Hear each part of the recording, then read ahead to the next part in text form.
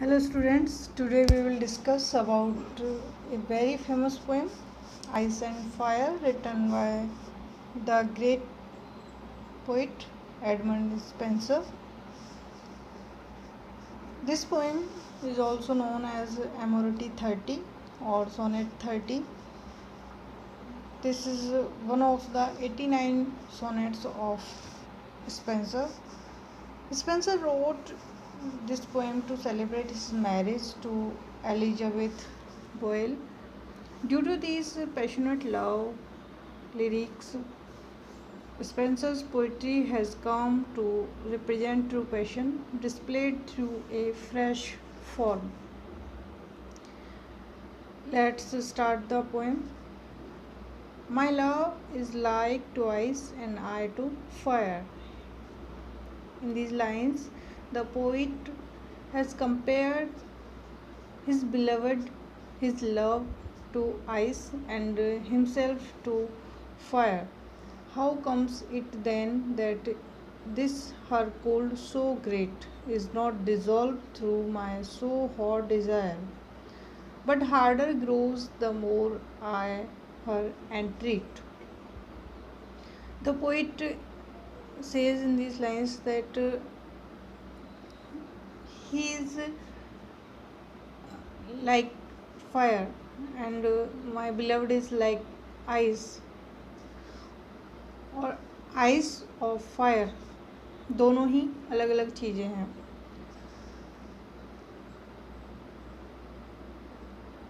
Poet कह रहा है कि ये कैसे हो सकता है कि उसकी जो कोल्डनेस है, मेरी बिलवर्ड जो है उसकी जो कोल्डनेस है वो इतनी ग्रेट है कि वो डिज़ोल्व नहीं हो रही है, पिघल नहीं रही है, मेल्ट नहीं हो रही है through my so hot desire. मेरी जो इतनी हॉट डिजायर है उससे भी उसकी कोल्डनेस जो है बिल्कुल भी नहीं पिघल रही है. But harder grows the more I her and treat. और जितना ज़्यादा मैं उसके साथ ट्रीट करने की कोशिश करता हूँ, उसके साथ टाइम स्पेंड करने की कोशिश करता हूँ, तो वो उतनी ज़्यादा और ज़्यादा हार्ड होती जाती है. आइस हार्ड होती है तो वो आइस उसकी कोल्डनेस जो है, मेरी बिलवर्ड की जो कोल्डनेस है वो और ज़्यादा हार्ड होती जा रही है. तो इस क्वाट्रेन में पोइट ने जो है एक रिटोरिकल क्वेश्चन डाला है कि दोनों अलग अलग चीज़ें हैं.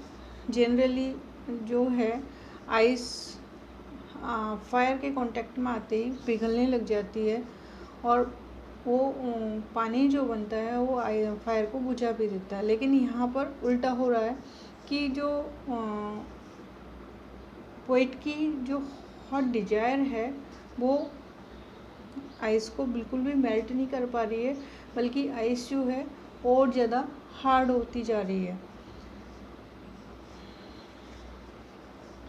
और how comes it that my exceeding heat is not allayed by her heart frozen cold. In this next quatrain, the poet comparison of himself to fire and his lover to ice is continued. Here he turns the previous question and around and asks how his impact on his lover does not destroy their love. The speaker's own heat is not impacted by her frozen cold. कि जो poet की exceeding heat है वो भी उसकी coldness को बिल्कुल भी मेल्ट नहीं कर पा रही, उसको इफेक्ट भी नहीं कर पा रही है. It is important to note that comparison to ice and fire might have been more to do with their actual personalities than it initially seemed. This is seen through the woman's heart being referred to as frozen. But that I burn much more in boiling sweet, जबकि मेरी जो exceeding heat है उसके अंदर मैं खुद ही जल रहा हूँ और मेरे अंदर से एकदम बॉइलिंग स्वीट निकल रहा है, पसीना निकल रहा है बहुत ही एकदम गर्म। And feel my flames augmented many fold, और मैं मेरी जो फ्लेम्स है, फ्लेम्स ऑफ लव, उनको मैं फील कर पा रहा हूँ अपने अंदर, लेकिन जो मेरी बिलव्ड है वो उन सब चीज़ों को फील नहीं कर पा रही है।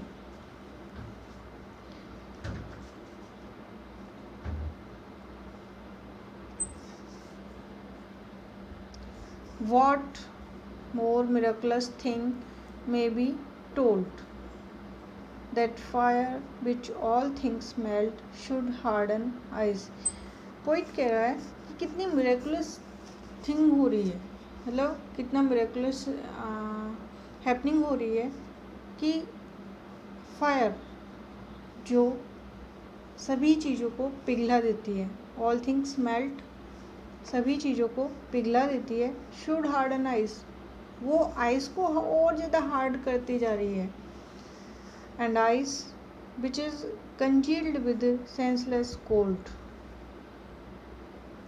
Should kindle fire by wonderful device. और आइस जो है, जो कि सेंसलेस कोल्ड से बनी होती है, वो और ज़्यादा फायर को किंडल कर रही है, जला रही है बाय वंडरफुल डिवाइस। तो इस क्वार्टेन में भी पोइट ने रिटोरिकल क्वेश्चन का यूज़ किया है।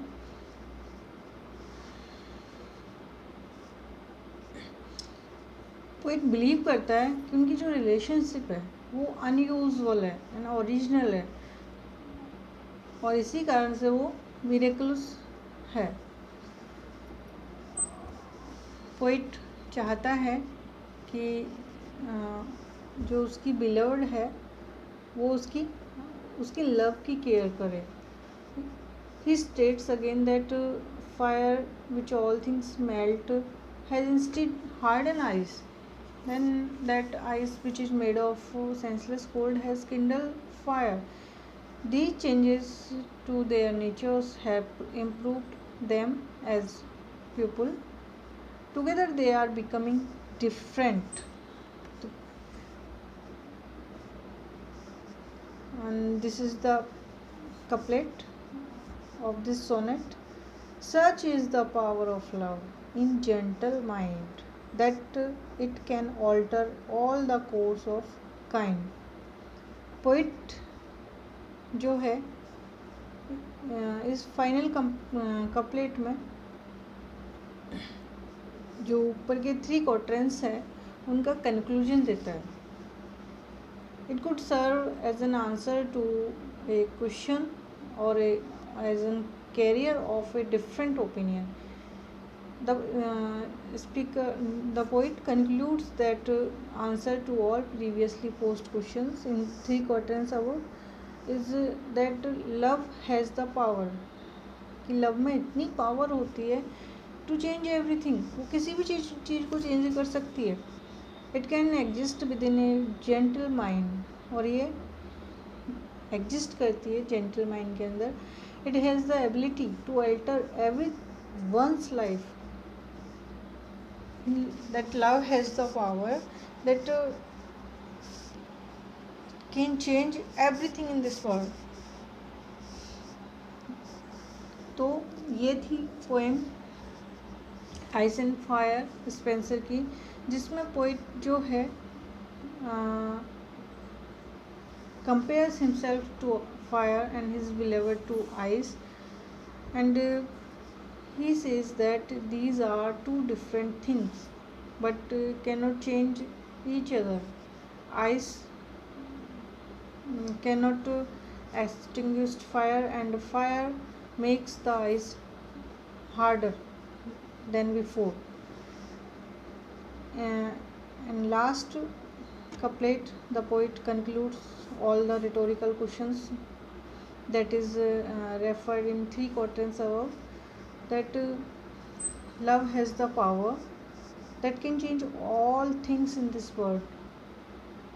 Everything, everyone's life can change I hope आपको ये पोएम समझ में आई होगी। Thank you so much.